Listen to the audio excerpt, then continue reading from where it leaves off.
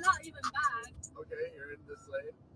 You want to keep What lane? You want to keep it this lane right here. Okay, I thought you were talking about the bicycle. Oh. Okay, stop. No, I got you. Stop, Jesse! Stop! Jesse, stop!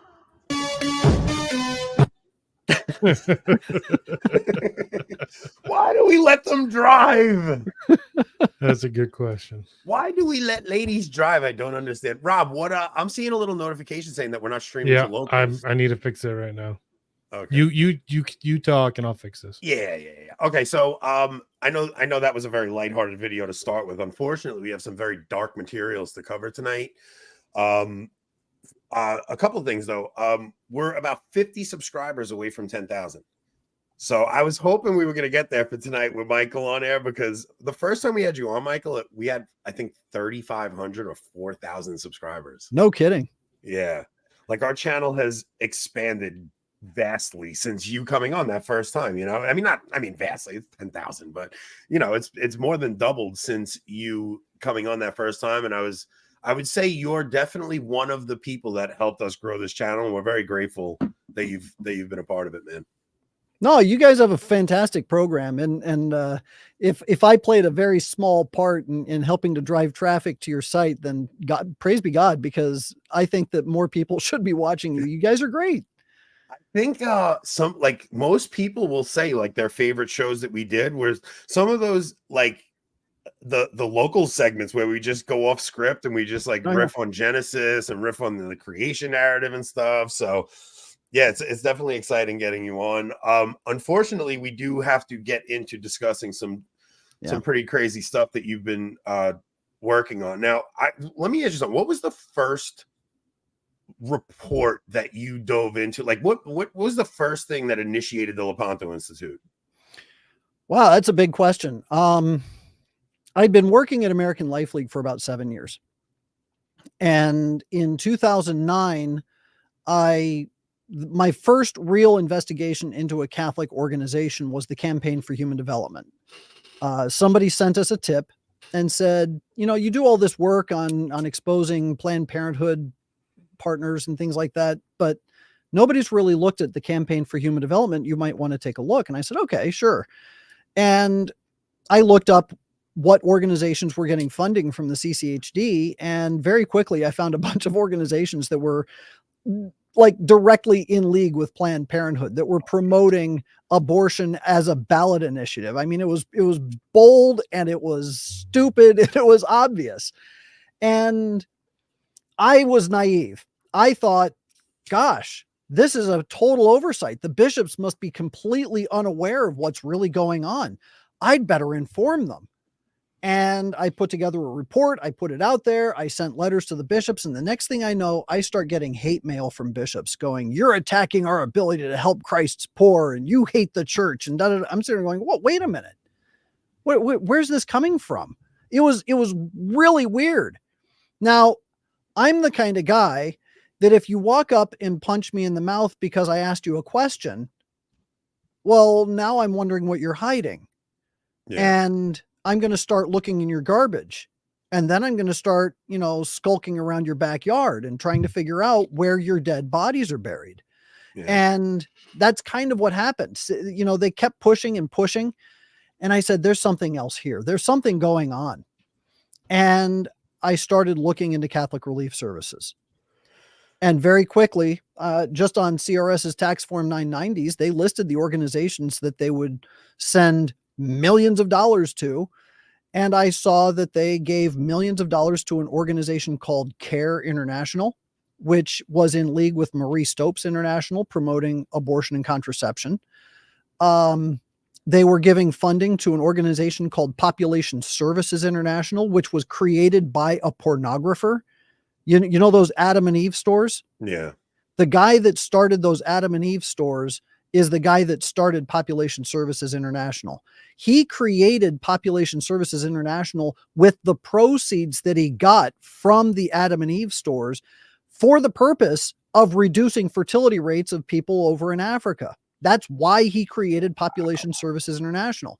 CRS has given them millions of dollars. So I started digging and I found a bunch of stuff. And my boss told me, hey, look, we're not going to go forward with a report first. You need to go meet with the bishop, who's the head of CRS, and show him what you found. I said, okay. So I flew out to Tucson, Arizona, where Bishop Kikanis was, and I sat down with him. And at first, I don't think he even knew who I was. I don't think he had any clue why I was there. He welcomed me with open arms. Just everything about his body language was open and warm. And What year was this? this would have been 2010. Okay. And he sat me down in a chair, and I opened up my laptop and I said, Your Excellency, I'd like to show you a few things. And I started showing him what I found that CRS was funding, and his arms back in the chair like this went very quickly to this. He was closed up tighter than a clam, and he kept looking up at the clock like, how do I get this clown out of my office? And I mean, I'm a very observant person. So whenever I'm in the room with somebody, I'm reading their body language. I'm listening to what they say. I'm hearing the tone of their voice. And it was very clear that he was extremely uncomfortable with what I was showing him. And he started stammering, and he said, well, CRS does a lot of good work. And I said, Your Excellency, I didn't fly 3,000 miles to pat CRS on the back. I'm bringing to your attention a matter of grave importance, because CRS is partnering with the enemies of the church, and they're doing so and introducing those enemies to vulnerable people in Africa. Oh, yes. I take this very seriously. We're definitely going to be looking into this. Yeah, this is you gotta really put this in perspective. It's 2010. This is before. This is under Benedict. Yeah, so we're still in this. We still have this this idea that the church. I mean, right now, like, so I because what we're gonna get into now, I'm almost at a point where I think like people are so just disheartened, and they're so used to it and desensitized to it, that this stuff that you actually dug up is almost not going to be shocking, and it should shock everybody to their core. Right. No, it absolutely should. And I've been looking at this stuff for about 15 years now, and it still shocks me. Yeah. I keep wondering when I'm going to get to that point where this doesn't surprise me anymore, but it still does. And it still upsets me, and it still angers me. And I think that if I ever got to the point where it didn't, that's when it's time to quit. Yeah. Because I should never be so desensitized to the things that are a danger to souls that I should be numb to it. But the people that work at CRS, the people that work at the USCCB, they're entirely numb to these dangers to souls, because they're not thinking in terms of the salvation of souls. They're thinking in terms of, well, how much money can we get to feed their bellies? That's their mindset. And it's completely upside down. I think it's also, they see things on such a natural level. They're not even thinking of anything eternal. They're not thinking of anything spiritual. They actually do see the problem from a secular leftist perspective, where it's, well, there's too many babies in these families. We have to end this. We have to get birth control to them. We have to teach, like, they're in the name of Catholic Relief Services, going and teaching your secular sexual education to third world countries. I mean, even Francis has spoken about ideological colonization. Like, there's nothing worse than us forcing our Western values of birth control and abortion on these third world countries who actually do have somewhat of a blossoming faith in them. Yeah, no, that's exactly right. In some of the bishops, because with this report that we just put out, we sent a team of investigators into Africa. They went through, they talked to a bunch of bishops. They talked to a bunch of representatives of CRS and the different organizations that were out there under these particular projects. In talking to one of the bishops in Lesotho, the bishop said, I can't really vouch for CRS because I don't know what they're up to. They don't come consult with us. They don't ask, what needs to be funded. They determine what projects need to be funded. They determine what projects they're going to implement, and they operate on their own initiative, and they operate in their own community, and they don't really collaborate with us. So I can't really vouch for CRS. That was his statement. Yeah. And it seems to be the case across the board that many bishops are completely unaware of what CRS is actually up to. But yet they still take a collection up for them at Mass. Well, in Africa, I don't know that they're taking up a collection for CRS because it's an American initiative. Yeah. So here in the United States, yeah, they're taking up the collection. Now, the bishops in the United States, they know what CRS is doing. Oh, I've yeah, been yeah, reporting yeah. on this for years. Yeah. And I've spoken with a number of good bishops. Bishop Sheridan of happy memory was very supportive of my investigations, and he was a good friend. And I would show him what I had discovered. He helped open some doors so I could talk to bishops. I even sat down with one of the bishops that was the head of CRS, and I showed him a video that CRS produced.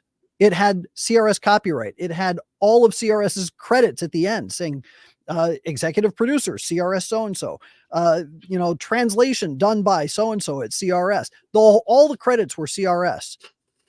In the middle of this particular video, they were talking about a program called SILK, Savings and Lending Communities or something like that. And as they were talking about it, part of the project was that these SILK groups, these saving and lending communities, would put aside a certain amount of funds that would pay for these clinical health volunteers.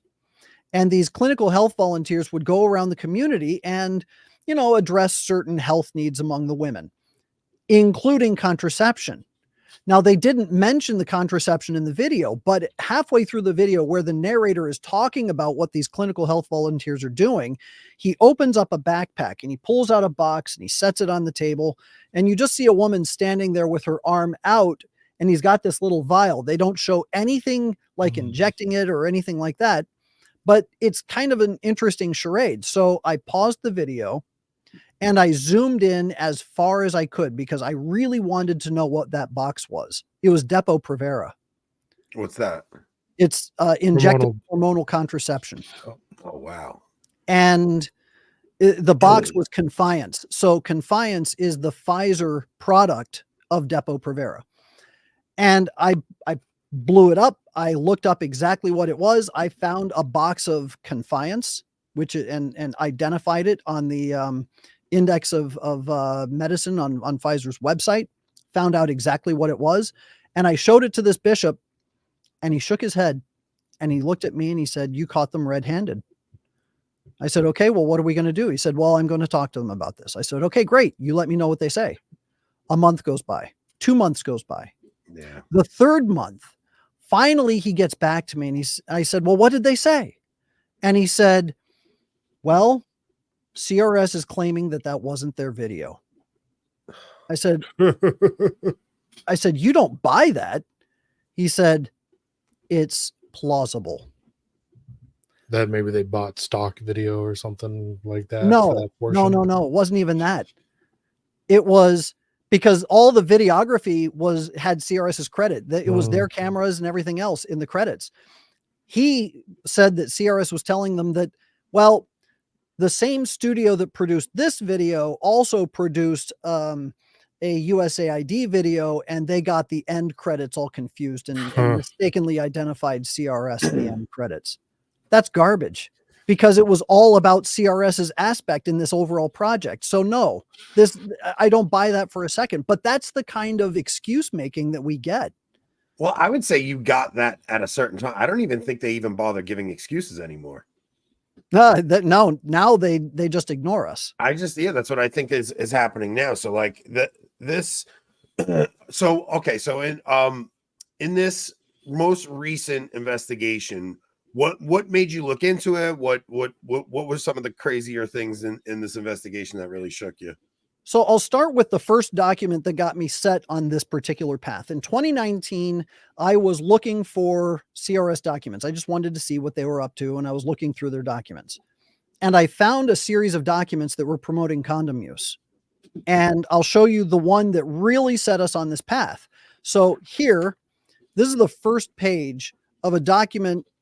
It's produced by CRS. You see up here, 4 children. That's the name of the project. Over here, it says dreams. I'll get into that in a minute. And down here it says Dreams Lesotho. On the inside cover, okay, your no, background. the yellow is getting blotted out. Green screen. Oh no, the yellow is getting blotted out by the green screen. Okay, so down here at the bottom, it's a 2018 Catholic Relief Services copyright. Okay, that's what it says. And it says that it's the contents are the responsibility of the 4 Children Project, which was a CRS project being funded by USAID. On page 11 is a you have these little activities. All right, so these activity sessions, and of course the highlighted portions are being it doesn't work. It looks like a hole in the page, but it says, read or show the picture, ask the girls to move to the risk or no risk sign. All right. So just to give you an idea, the name of the game was to say, okay, is this a risky activity or is this not a risky activity? So hugging or kissing and touching, is that risky or not risky? Or drinking alcohol and taking drugs, is that risky or not risky for getting HIV and AIDS? So that's the kind of question that they were asking. Well, then, and of course it's not going to show up because I have it highlighted, but you can see the picture. They have this: vaginal sex without a condom. Okay. And in this picture here, you see a boy and a girl. Mm-hmm. But do you see what you see in the background? That's 2 girls and that's 2 boys. Okay. And they're wondering, is that a risk or no risk activity? The answer key identifying whether it's risky or not risky, vaginal sex without a condom is risky. Here's why. It says any sex can carry some risk unless both people know that they do not have HIV and are not having sex with anyone else.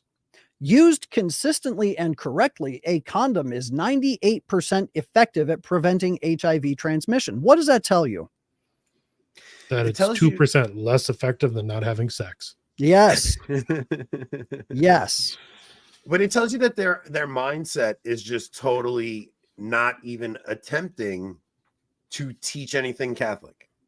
Right. It's not even an attempt. It's not even. And I want to remind everybody. It's not like they're teaching safe sex and saying, but really the church teaches this. They're just giving you the secular sex ed program. Yep. Well, and here's the thing: Catholic Relief Services consistently tells the public, we don't do ABC programs, meaning abstinence, be faithful, and use a condom. They say we only do abstinence and be faithful, A and B.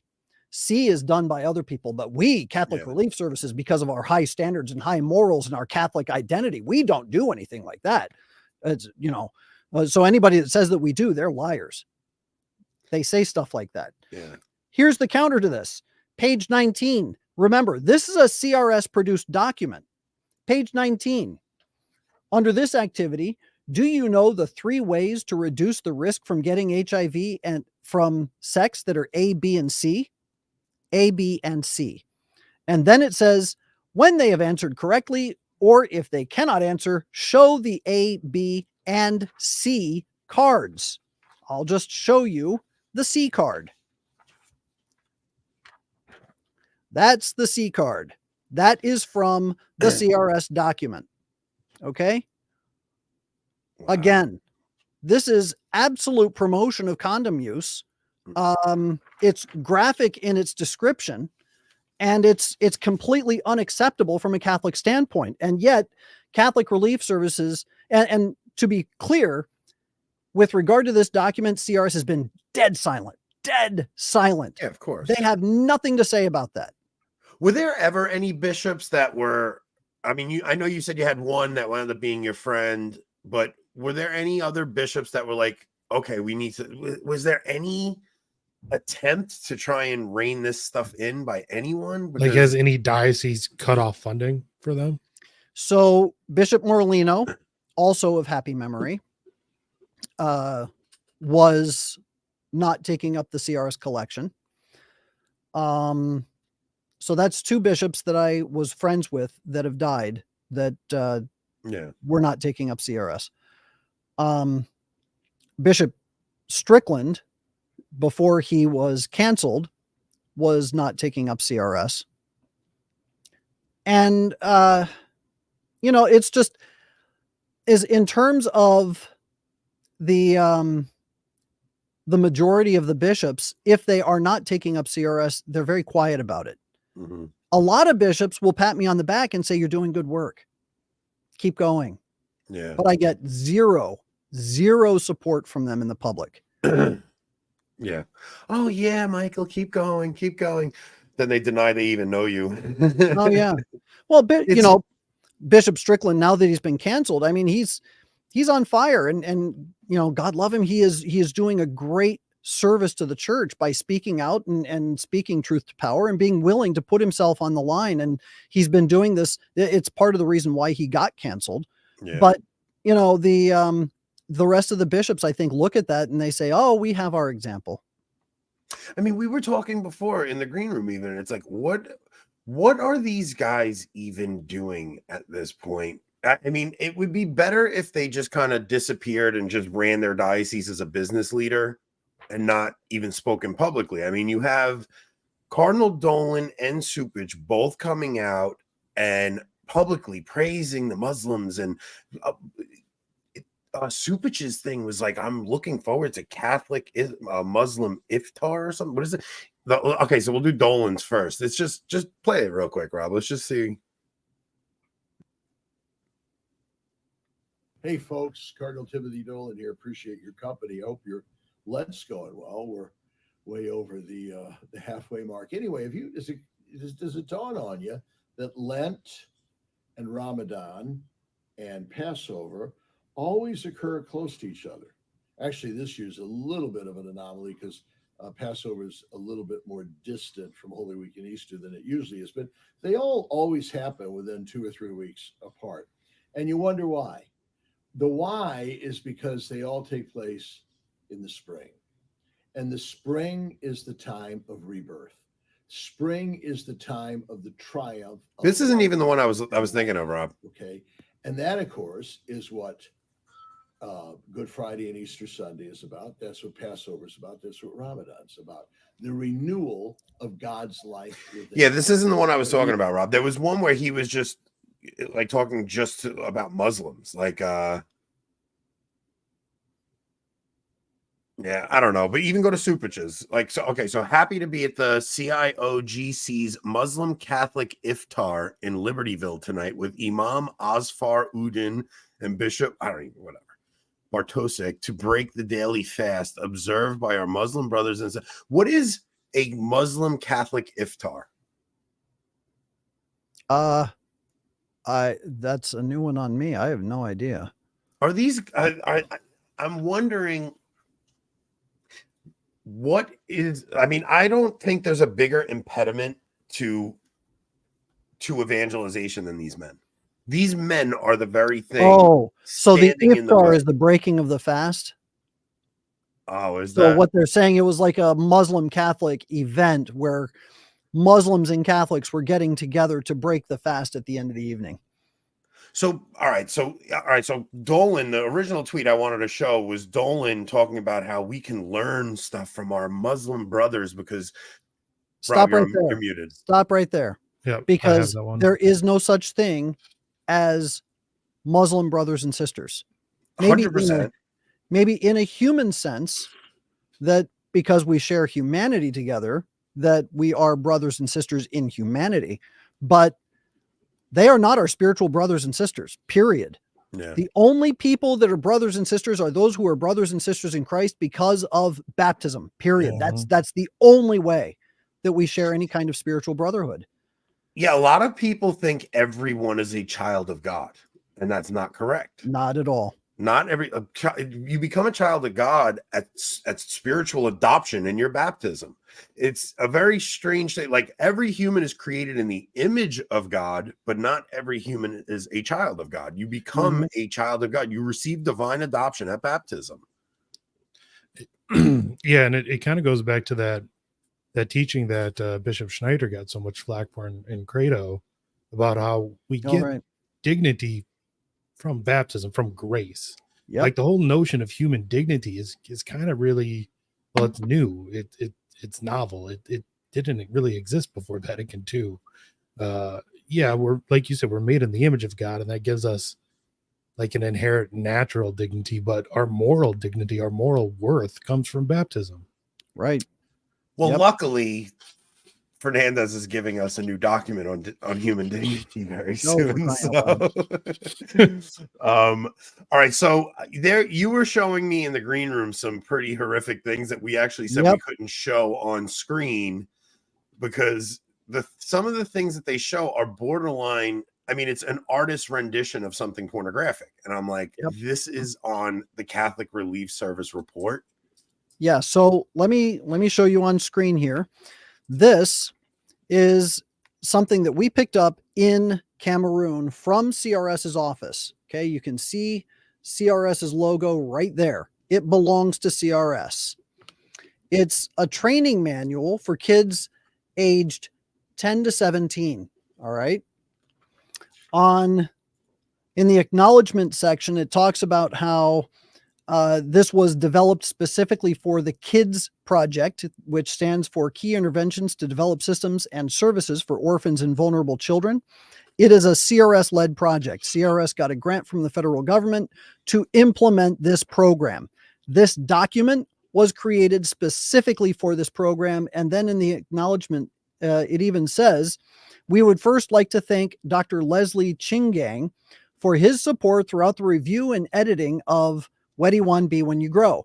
Dr. Leslie Chingang was the chief of party. In other words, he was the CRS representative in Cameroon who was in charge of all of CRS's projects in Cameroon, which shows CRS was intimately involved in the development of this particular program. Now, the page that I showed you was with regard to female anatomy and signs of fertility, and it showed a rather open and graphic image of female anatomy, and I'll just let your imaginations go with that. But a few pages later, and I want to show this to you, there's this is all up on your website, right? Oh yeah, this is all in the report. Okay, but starting on page 22 is this activity. Okay, and the activity is, it's supposed to, the learning objectives are these: define HIV and describe its effects, define AIDS and describe its effects, understand the difference between HIV and AIDS, and number 4, state methods for safer sex. Okay, that is a stated goal in this CRS document. A document for 10-year-olds. Here's what it says on page 6. I want to show it to you on the screen so you know I'm not making it up. Okay. Number 6, ask the students for examples of safer sex. Discuss the following methods for safer sex: abstinence, hugging, holding hands, kissing, and masturbation, which they define as touching your private parts, are also safe practices. This is CRS's document. CRS's logo on the front cover. We got it from CRS's office in Cameroon. They are absolutely promoting masturbation in this document. Now, here's why this is important. In 2015, I put together a report on a program that CRS had introduced in Rwanda. It was called My Changing Body. And in this document, My Changing Body, it was supposed to be the pilot program. They were testing it out in the field. And I got a copy of it and I looked through it, and it promoted masturbation throughout the entire thing, as well as promoting contraception, as well as promoting Planned Parenthood and a bunch of Planned Parenthood affiliates. And I put out this report saying, hey, why is CRS promoting a document that promotes masturbation? By the way, in my report, I also found a USAID document that cited metrics. It actually showed how many kids' attitudes had changed with regard to masturbation after going through this course. CRS completely denied having had anything to do with masturbation. They said CRS did not normalize or promote masturbation in this program. Though that is a direct quote. That's what they said in their response to this program. I dropped it. I figured, well, they talked to somebody on the ground and I didn't. Well, in this document, it says right here, and I'll show you that this is adapted from the manual, My Changing Body. Yeah. Adapted Let from me My ask you. Changing Body. Let me ask you something. So you know how okay, so you see in America the adoption situation, it basically went from the Catholic Church used to handle like 90% of adoptions in this country. You know, it would be the Catholic Church and some Protestant groups would mainly handle the adoption agents situation. Then states started passing laws saying that you had to allow same-sex couples to adopt. So the Catholic Church had to make a decision. Okay, we either get out of the adoption game or we have to, you know, get rid of the name Catholic, right? Right. Do you think that America, the American government, is putting like strings attached to these contracts that go out that say if you don't teach the ABC method, you will not get these grants to go and work in these countries? So this is, I mean, I would think that's what it is. So this is all just seems like one big money grab. 1,000%. I'll break it down for you. CRS pulls in about $200 million a year just from people donating in the pews or bequeathing gifts or, you know, whatever. So $200 million a year comes from faithful Catholics. $900 million comes from the federal government. Government grants. Okay. That's almost 80%. That's almost 80%. So when you when you pay the piper, you're going to dance to his tune, is how the saying goes. And CRS is getting money from the federal government. And yes, it does have to implement what the government tells them to. Yeah. That first document I showed you, it said that it was part of the Dreams Project. That was one of the targets that we had in going into Lesotho and in Zimbabwe, because CRS was the lead implementing partner in making sure that Dreams got implemented in those two countries. The Dreams Project was created by PEPFAR. It was actually created by Dr. Deborah Birx. And you probably know her name from a certain incident that happened 4 years ago. Yeah, she was in charge of, she basically did Be careful COVID. what you say. Yeah, she did. You're right. Be careful what you say. Yeah. Look her up. You'll figure out who she is pretty quick. She was Fauci's sidekick. Let's put it that way. Which I think she actually was more powerful than Fauci. Like she was directly next to. She was directly under Vice President Pence. Vice President Pence pinned her and said, "You're going to run this whole response." And every single school that was shut down, every single thing that they did was done at her behest, because her whole mindset was not one single case. And she was like psychotic about it. It was crazy. So she was the one that initiated the Dreams Project. Okay. And the Dreams Project established as an overall goal the increased use of a mix of contraceptives. So they wanted people to take the pill and also to use condoms. They wanted people to be taking the pill and also using injectable hormonal contraception. That kind Wear of a mask and also social distance. Exactly. Yeah. It sounds exactly like it. So the idea was to get them to increase the contraceptive method mix. Yeah. And they established what they called a core package of deliverables. And the core package it was non-negotiable. They were requirements as an aspect of this overall grant that they had to implement it.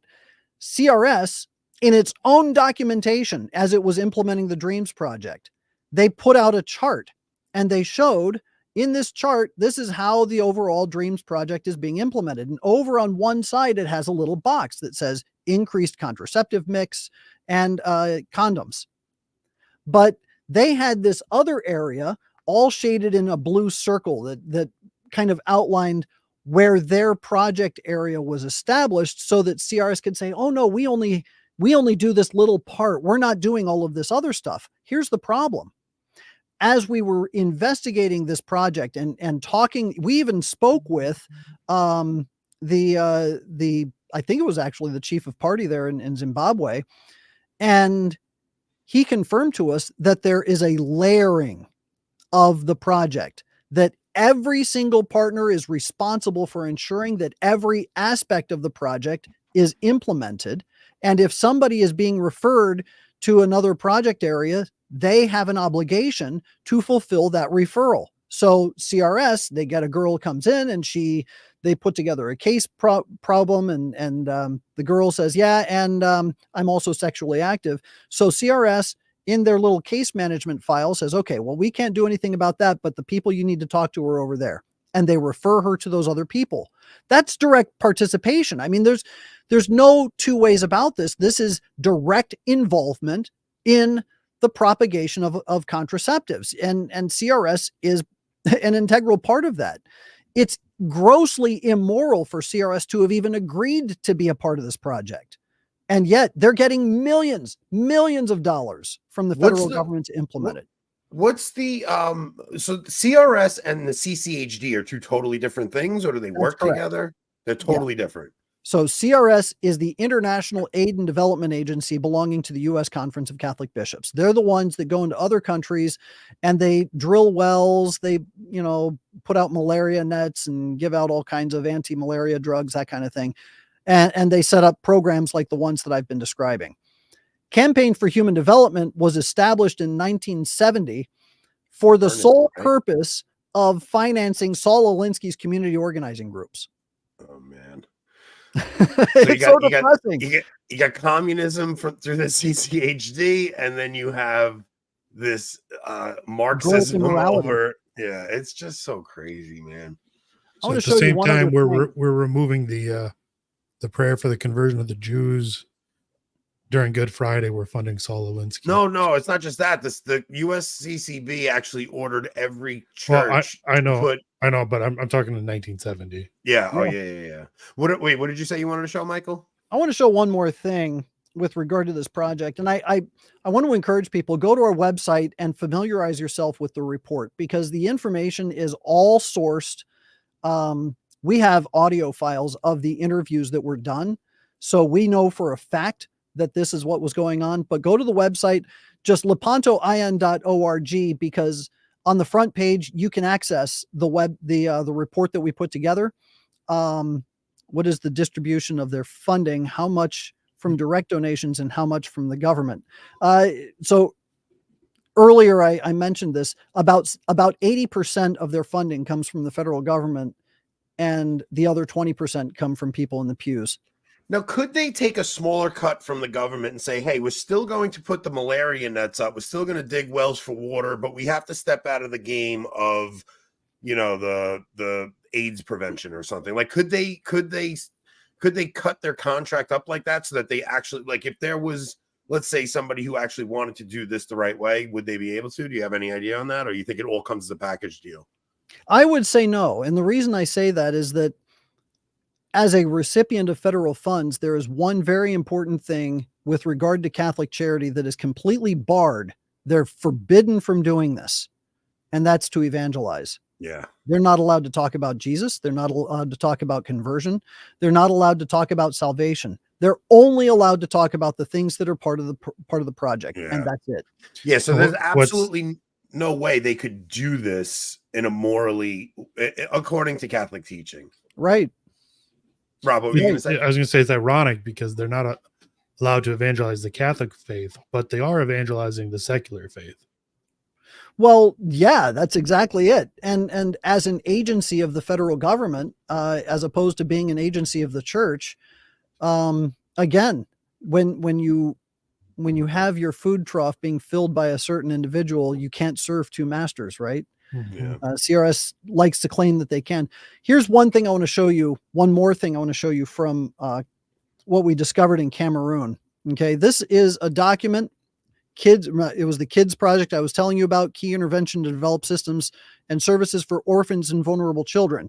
Down here, you can see Catholic Relief Services' logo because they were the lead on this particular project.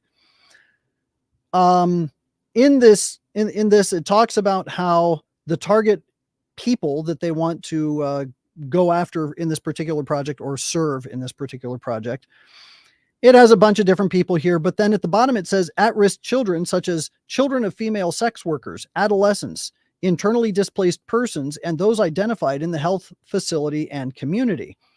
And what they're talking about is the need for sexual and reproductive health services and HIV care and that kind of thing. Well, in this document, it lists their partners. And here you can see, right there it is. Nope, there it is. Renata. Okay. The National Network of, or the, what is that? National Network of Aunties. Okay. That's what it stands for. Yeah. Association de Tantis or something. Okay. And here it says without the, faith-based, without the faith-based, and then over here it's HFS, health facilities, Catholic. In other words, these are partners that are not affiliated with their faith-based health facilities. So they're a little freer to do certain things. Yeah. All right. There are a couple of others that they mention also. SWAA, which stands for the Society of Women and AIDS in Africa. There's Horizons Femmes. And there are a few others, but we sent people to these various offices to try and figure out what these groups were up to and what they were about. Renata. The logo for Renata is an icon for abortion. It's a pregnant woman with an X through her belly. And if you can find a logo, maybe go to Facebook. I know that they're on Facebook, and look up Renata Network of Aunties, that kind of thing. I can't remember exactly how they label it, but you'll see it's in orange. But this organization... So wait, hold on. I'm sorry, Mike. I hate cutting you off. I'm sorry. But CRS has been up to no good for a long time. Haven't handed in that envelope in years. But if it wasn't for Michael, I probably still would be handing in that envelope. Like it has been your reporting over the years on this stuff that actually has... There it is. Yeah, that you're breaking these things down is what has. I always am very.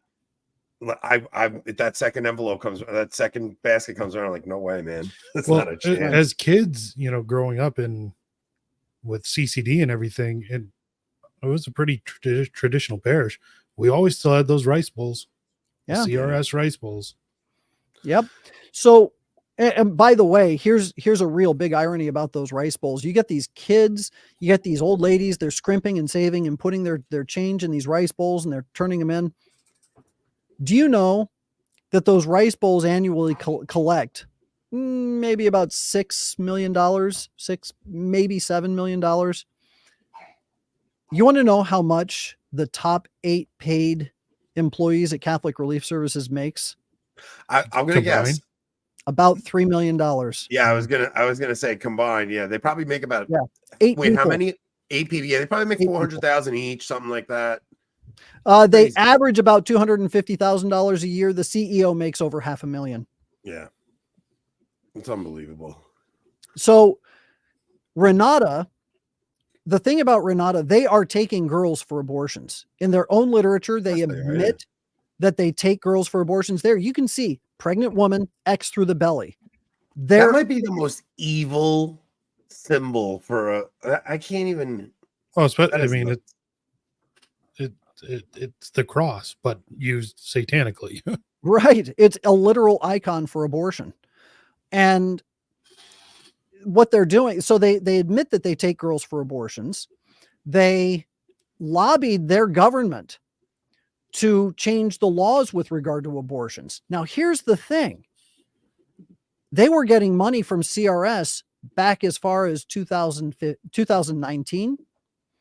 And that was while the Mexico City policy was still in place, which means CRS was in direct violation of grant code from the federal government. Can you describe the Mexico City policy?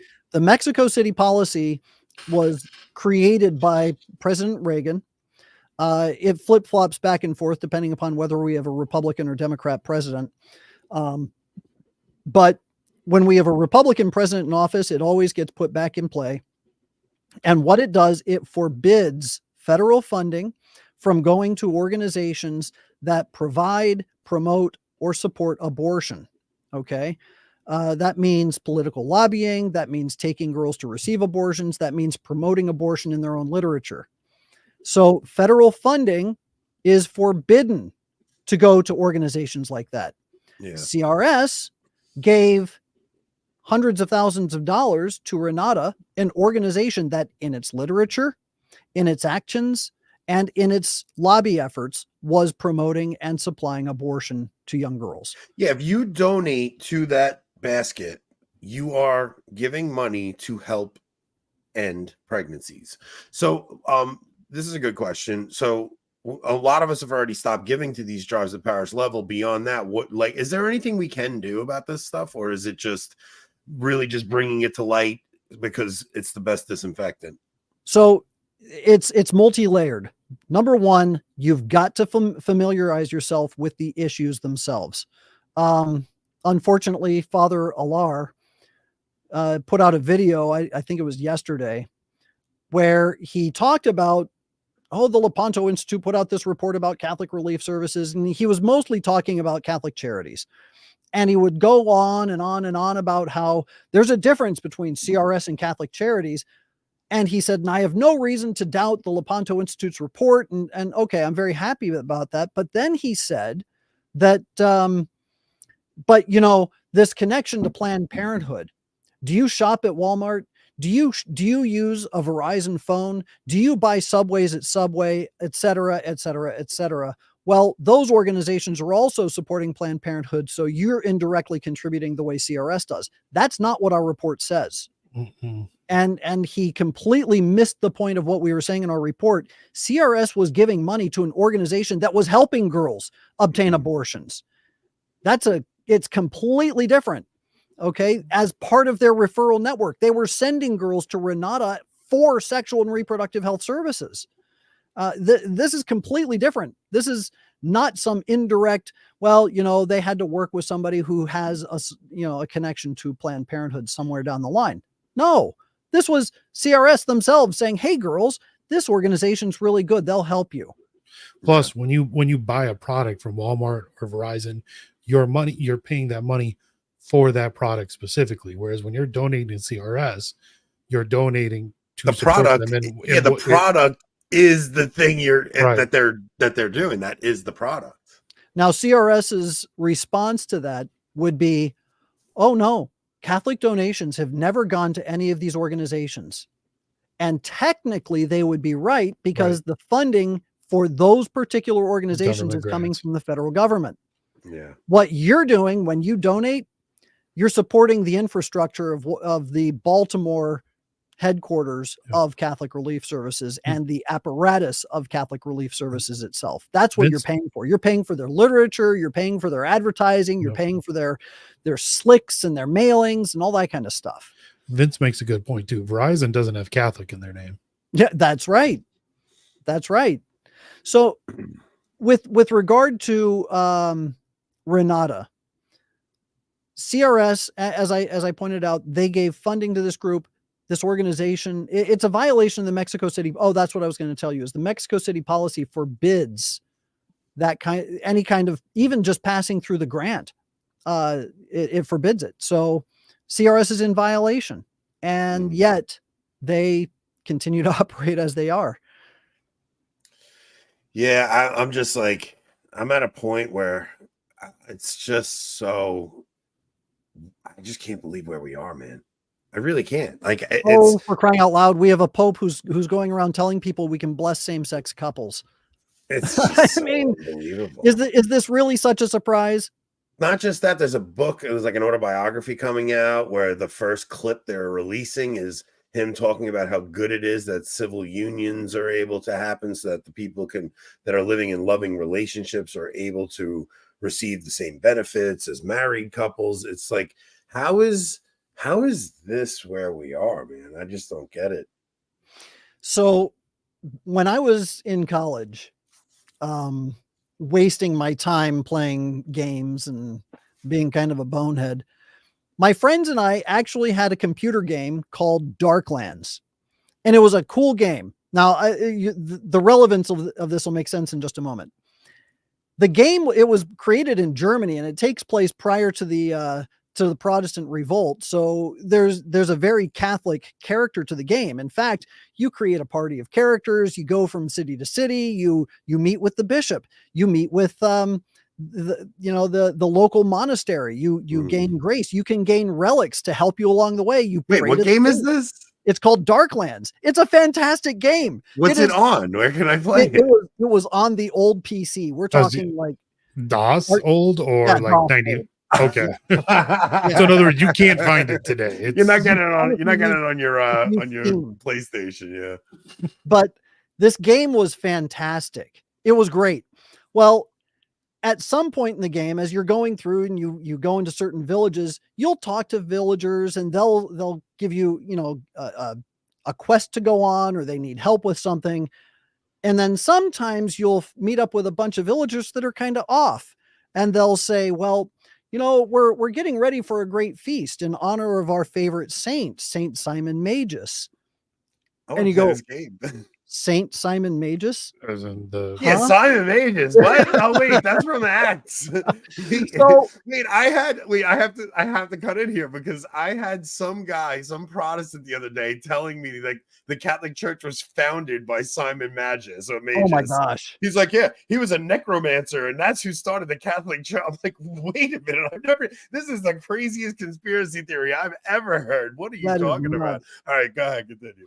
So the point is that, and then of course, when you finally realize who these people are, they're a bunch of Satanists, and they have to fight the villagers, and incidentally, they're getting ready to commit infanticide, and you get to rescue the babies. I mean, there is nothing to hate about this game. It's a wonderful game. Yeah. Well, every single time I talk to somebody from CRS or the CCHD, or I meet with one of these errant bishops like Bishop Kikanus, I keep waiting for him to tell me that he's getting ready to prepare a feast for his favorite saint, Saint Simon Magus. That's where we get the term simony from. Vince is right. Oh yeah, That's definitely. where we get the term simony from, where you're selling offices in the church. Well, not Also- just selling offices, but selling Catholic things. So Yeah. Saint Simon Magus. Simon Magus wanted Saint Peter to sell him the possibility of the miraculous. Yeah. Sell me the secrets. He thought it Yeah. was some Gnostic magic, Mhm. and that's what it was. Sell that's- me what the church teaches. So that's where we get the word simony from. Also, Stephen Young, Ruslan followed me on Twitter today, and I'm hoping to get him on soon. I don't know what made him follow me, but I'm pretty rough on the Protestants. I don't know what made him. We'll see. But all right. So was there anything else from the report you think we should know about, Michael? Or was this, I mean, because we really gave you guys the too long didn't read version of it, where he didn't. I saw your press conference was like 2 hours long. You guys really went through every little detail. I wanted to make sure people understood the main points. And I mean, people really, you guys have to stop giving to, like, even when you give to your parish, what's the best way to give to your parish? Would you say like specifically writing a check for a specific, like ask the priest specifically what he needs money for? You bet. Oh, and somebody had asked, well, what can we do? And the answer is, first familiarize yourself with the report. Go to the website, learn what's in the report, get the details, because the details are important. A lot of people, like God bless Father Alar, but they get some of the details wrong, and they make statements regarding our report that aren't true, things that aren't even contained in the report. So please be sure you're precise, know the information specifically, and then sit down with your parish priest and say, Father, please explain to me how this can possibly be a moral organization for us to contribute to. How can we morally be complicit in financing this organization? Send this show to your priest. Yes. Yeah. Send it to your priest. Send this episode to your priest. Say, hey, look, you're sending out that basket for Catholic Relief Services every year. I mean, you really should at least know what you're doing, and then leave it on the priest. Maybe he'll end the collection and argue with his bishop about it. You never know. And then try and get a meeting with your bishop personally. Tell your bishop you want to talk to him about finances in the church. Yeah. You don't have to be specific, but bishops love to talk about money.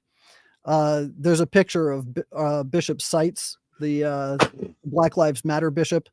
You remember him? Oh, from, Oh yeah, he was kneeling at the yeah, he was protest. kneeling. He had the sign. I photoshopped the sign so that I erased the Black Lives Matter, and I just left the BLM so it said bishops love money. That's actually really good. But that's the truth. Yeah. Most bishops love to talk about money, and they're happy to talk to people about money. So, try to set up a meeting with your bishop and say, I want to talk to you about finances in the church. I want to talk to you about, how I can possibly be contributing to the church, that kind of thing.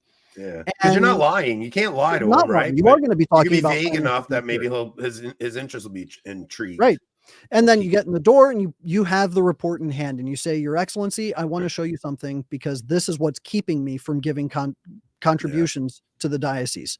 I don't want this kind of funding going to Catholic Relief Services. And I hope you will withdraw from CRS because it is a scandal, not only to the pew-sitting Catholics, but absolutely to the people that are supposed to be served by the church in Africa, except they're being served to the wolves of the world over there.